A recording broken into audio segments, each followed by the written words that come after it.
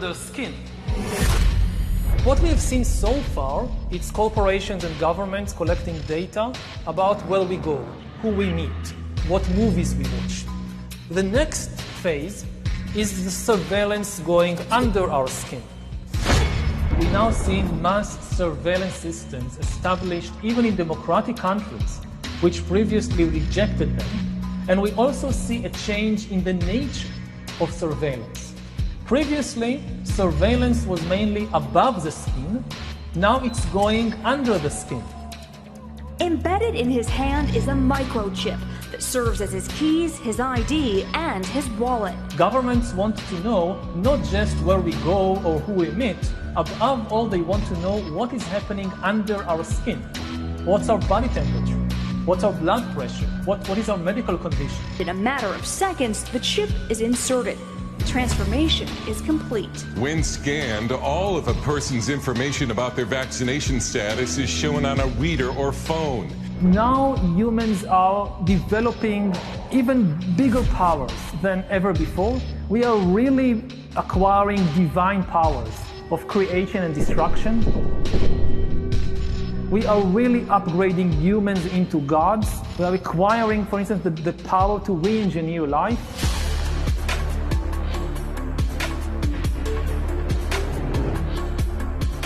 Humans are now hackable animals. You will own nothing, and you will be happy. I think that fake news have been with us for thousands of years. Just think of the Bible. You know, the whole idea that humans have, they have this soul or spirit and they have free will and nobody knows what's happening inside me. So whatever I choose, whether in the election or whether in the supermarket, this is my free will, that's over.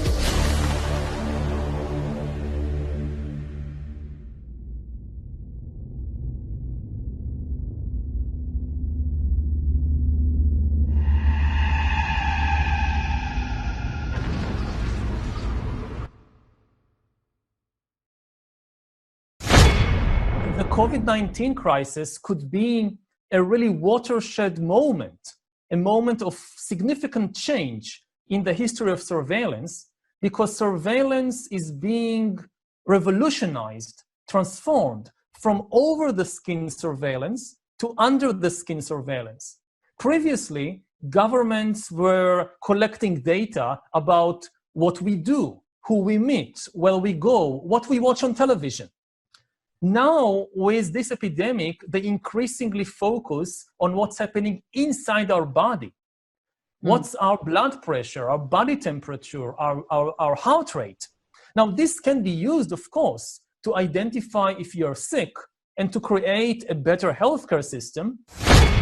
You know, it's such for a government or a corporation, it's like the most important thing in the world to know what people actually feel.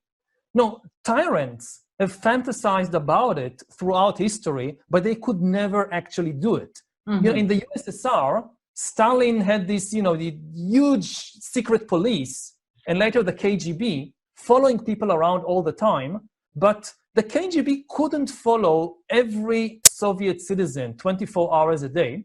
And even if you had a KGB agent following you, he couldn't know what you are actually feeling.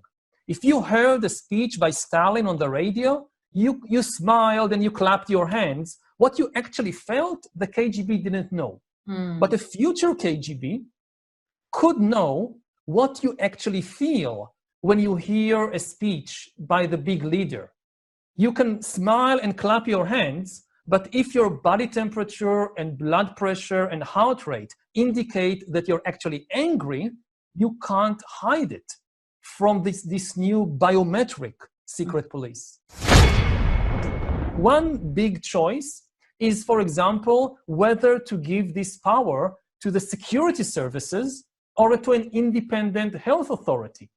I do think we need the new surveillance tools to help us fight this epidemic and future epidemics. I think we will see a lot of advancements with mRNA. And the good thing, after the success of COVID, it is that right now we have a substantial wave of companies biotechs and big pharmas that are working on mRNA. A lot. And they are working on multiple applications of mRNA.